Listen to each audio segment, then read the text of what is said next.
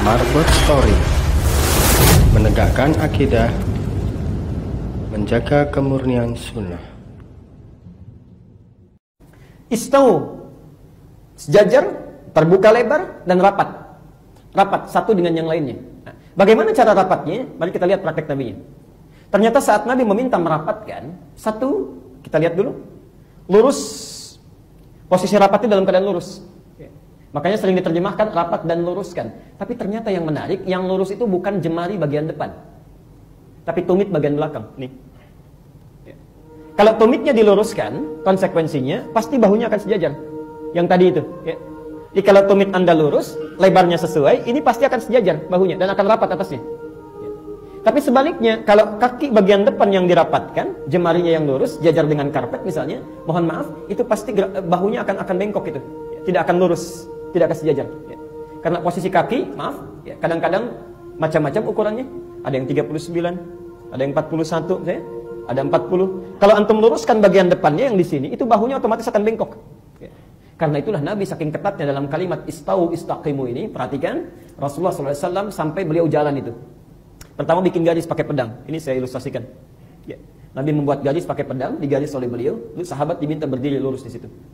Tapi ini jangan dibaca tekstual ya. Anda jadi imam bawa pedang dulu misalnya digaris begini, tidak. Maksudnya itu kalau belum ada garisnya.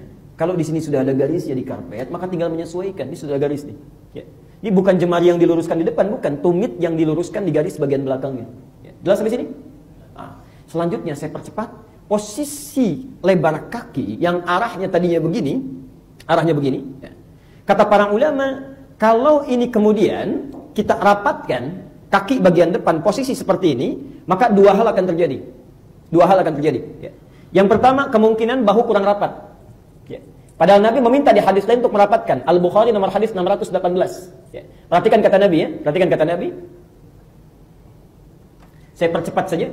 Apabila seseorang berada dalam sholatnya, maka setan akan masuk ke celah-celah dalam sholatnya.